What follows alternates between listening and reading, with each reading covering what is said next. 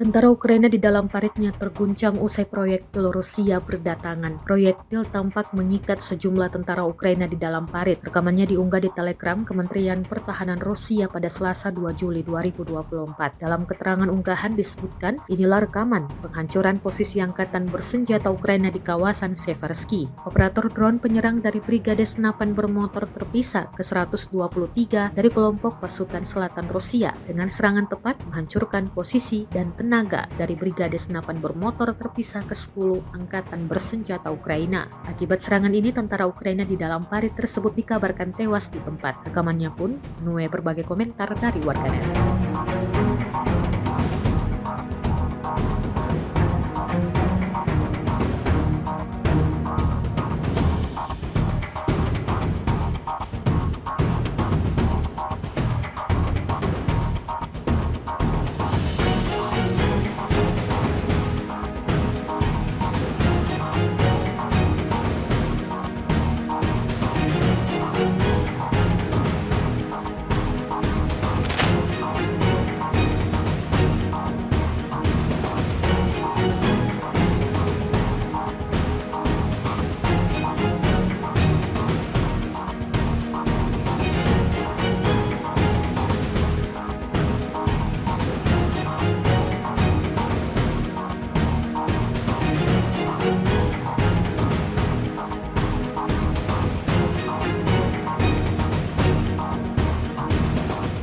Download Tribun X sekarang, menghadirkan lokal menjadi Indonesia.